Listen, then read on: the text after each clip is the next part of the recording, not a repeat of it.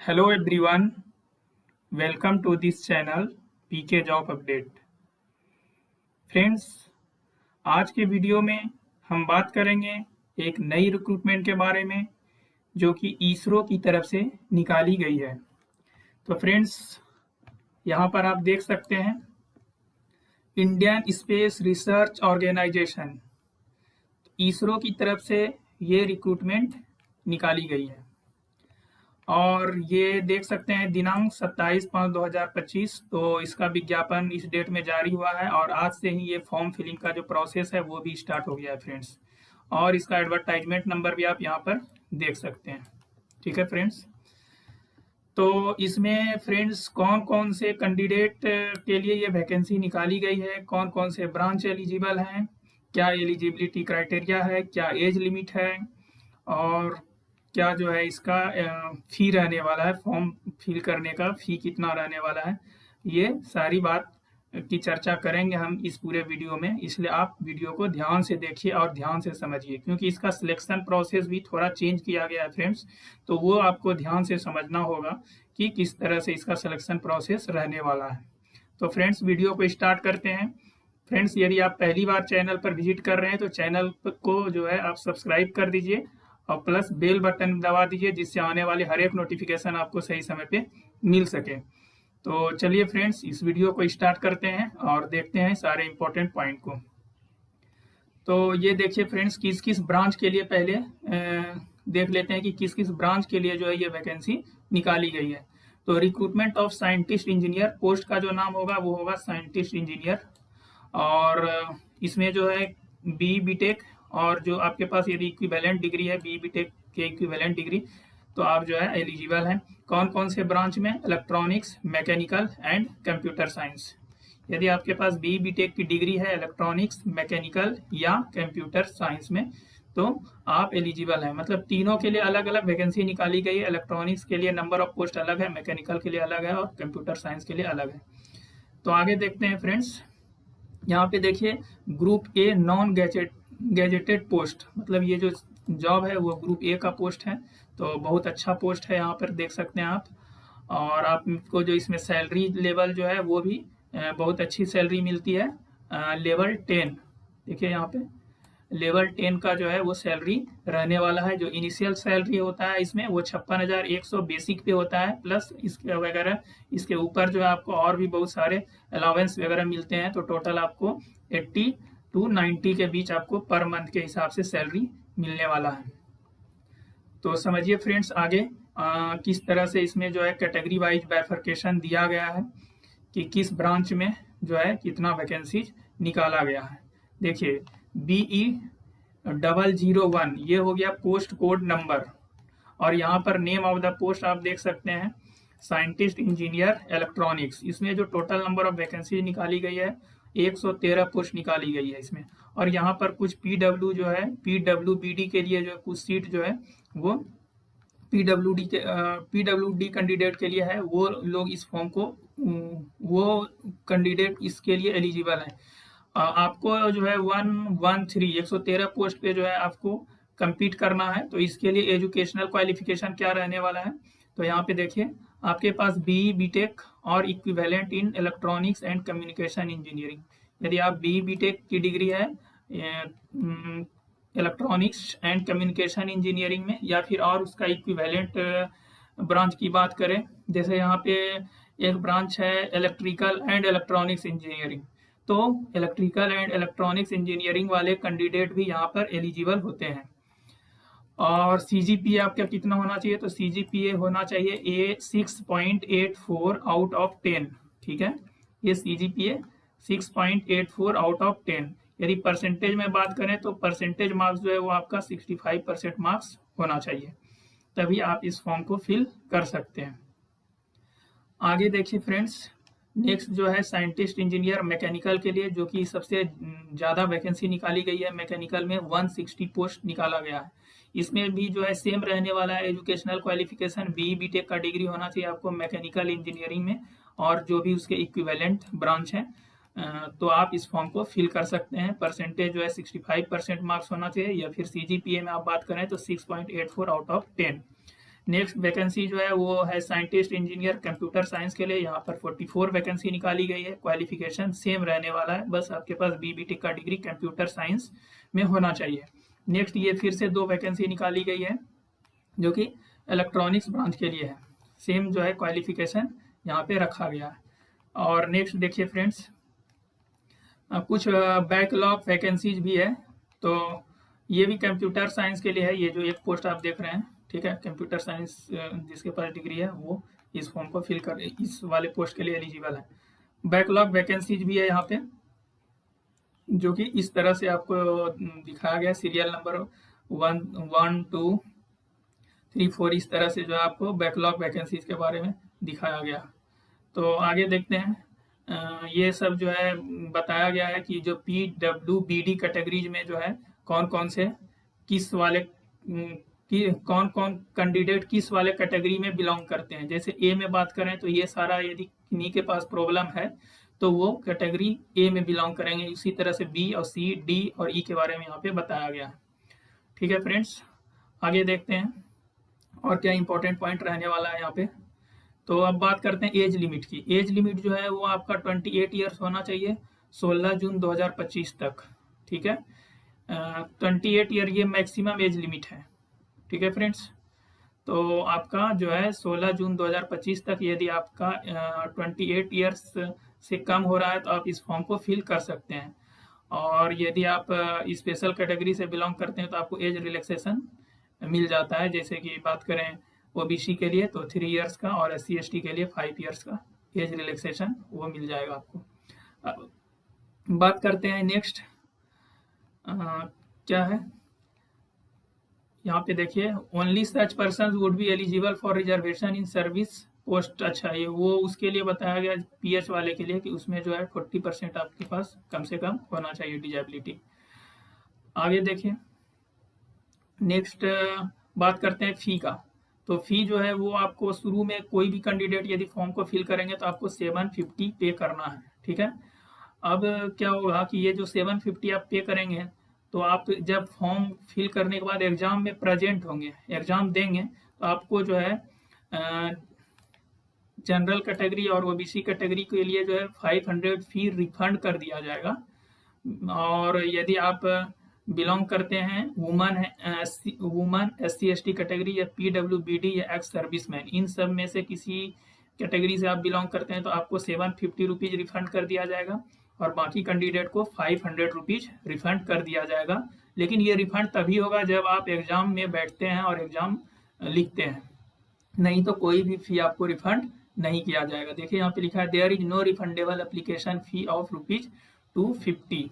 ठीक है, उस कैंडिडेट को जो है 250 तो मतलब सबको जो है लगने वाला है, चाहे आप किसी भी कैटेगरी से बिलोंग कर रहे हैं। तो आगे देखिए, अब बात करते हैं कि किस तरह से फ़ी को जो है पेमेंट करना है। तो आप किसी भी माध्यम से कर सकते हैं, internet banking, UPI, debit card, credit card, किसी से भी पेमेंट कर सकते हैं। आगे देखते हैं, candidate who do not attend the written test will not be refunded with any amount. तो यदि आप फॉर्म फिल कर चुके हैं और आप एग्ज़ाम को नहीं दे रहे हैं, एग्ज़ाम में अटेंड नहीं हो रहे हैं, तो आपको कोई भी अमाउंट रिफंड नहीं किया जाएगा। बात करते हैं आगे कि आपको फोटो और सिग्नेचर को सिर्फ JPG फॉर्मेट में अपलोड करना है, बाकी सारे डॉक्यूमेंट को आपको PDF फॉर्मेट में अपलोड करना है। बात करते हैं सिलेक्शन प्रोसेस, कि सिलेक्शन प्रोसेस का क्या रहने वाला है। तो सबसे पहले ये देख लीजिए कि इसका एग्ज़ाम जो है कौन सा सिटी में कंडक्ट कराया जाएगा। Ahmedabad, Bengaluru, Bhopal, Chennai, Guwahati, Hyderabad, Kolkata, Lucknow, Mumbai, new Delhi and Thiruvananthapuram. तो ये सारे जो है जगहों पे इसका एग्ज़ाम कंडक्ट कराया जाएगा, रिटन एग्ज़ाम। तो अब बात करते हैं कि रिटन एग्ज़ाम जो है उसका पैटर्न क्या रहेगा। तो single objective type paper consist of 2 part. तो आपके पास 2 पार्ट में जो है इसको डिवाइड किया गया, एक पार्ट A, दूसरा पार्ट B। तो यहाँ पर जो है आपको 2 घंटे का समय दिया जाएगा और आपको जो है पार्ट ए में जो है पार्ट ए में आपको जो है 80 मल्टीपल चॉइस क्वेश्चंस पूछे जाएंगे, जो कि हर एक क्वेश्चन 1 मार्क्स का होगा और 1/3 हर एक क्वेश्चन का निगेटिव मार्किंग होगा। यदि आप गलत आंसर देते हैं तो 1/3 जो है आपका निगेटिव हो जाएगा। अब बात करते हैं पार्ट बी। तो पार्ट बी में जो है आपसे एप्टीट्यूड और एबिलिटी टेस्ट के बारे में पूछा जाएगा। यहाँ पर टोटल 15 जो है मल्टीपल चॉइस क्वेश्चंस रहेंगे और यहाँ पर कोई जो है निगेटिव मार्किंग नहीं होगा। और ये 15 मल्टीपल चॉइस क्वेश्चन जो है वो कितने मार्क्स का होगा, तो 20 मार्क्स का। तो यहाँ पर ओवरऑल 80 मार्क्स का पेपर हो रहा है, 80 क्वेश्चन 80 मार्क्स का, और यहाँ पर 20 मार्क्स का 15 क्वेश्चन। तो ओवरऑल जो है रिटर्न आपका कितना मार्क्स का हो रहा है, तो 100 मार्क्स का ओवरऑल आपका रिटर्न एग्जाम कंडक्ट कराया जाएगा। तो ये जो है इंटरव्यू की अब बात करते हैं। तो इंटरव्यू भी जो है यहाँ पे टोटल जो है 100 मार्क्स का रहने वाला है। ठीक है, इंटरव्यू जो है वो कितने मार्क्स का रहेगा, टोटल 100 मार्क्स का इंटरव्यू भी रखा जाएगा। तो अब बात करते हैं इंटरव्यू में जो है किस तरह से किस कैंडिडेट को बुलाया जाएगा। तो इंटरव्यू में आपका जो रिटर्न टेस्ट होगा 100 मार्क्स का, उसी के बेस पे शॉर्ट लिस्टिंग किया जाएगा। Based on the performance in the written test candidates will be short listed for interview in the ratio of 1:5। ठीक है, तो जितनी भी वैकेंसीज है उनका 5 गुना कैंडिडेट को शॉर्ट लिस्ट किया जाएगा इंटरव्यू के लिए, रिटर्न टेस्ट के एग्जाम में जो मार्क्स आया उसके बेसिस पे। ये चीज़ अभी हमने जस्ट बता दिया आपको। अब बात करते हैं कि जो है एलोकेशन ऑफ मार्क्स किस तरह से जो है मार्क्स को डिस्ट्रीब्यूट किया गया है। तो आपका जो टेक्निकल बैकग्राउंड है उससे जो है टोटल 40 मार्क्स का पूछा जाएगा। General awareness in relevant to the area of specialisation, तो यहाँ से जो है आपको 20 मार्क्स का क्वेश्चन पूछा जाएगा। और प्रेजेंटेशंस कम्युनिकेशन स्किल्स, यहाँ से 20 मार्क्स, और कॉम्प्रीहेंशन यहाँ से भी 10 मार्क्स का आपको पूछा जाएगा। अब ये बचा हुआ 10 मार्क्स जो है आपको किस तरह से मिलेगा, तो देखिए ये एकेडमिक बैकग्राउंड जिसका अच्छा है तो उसके लिए ये बेनिफिशियल है, ये 10 मार्क्स वो गेन कर सकते हैं। तो देखिए यदि आपका CGPA 9 से ज़्यादा है या फिर परसेंटेज में आपका 85% से ज़्यादा है तो आपको 4 मार्क्स जो है एक्स्ट्रा मिलेंगे।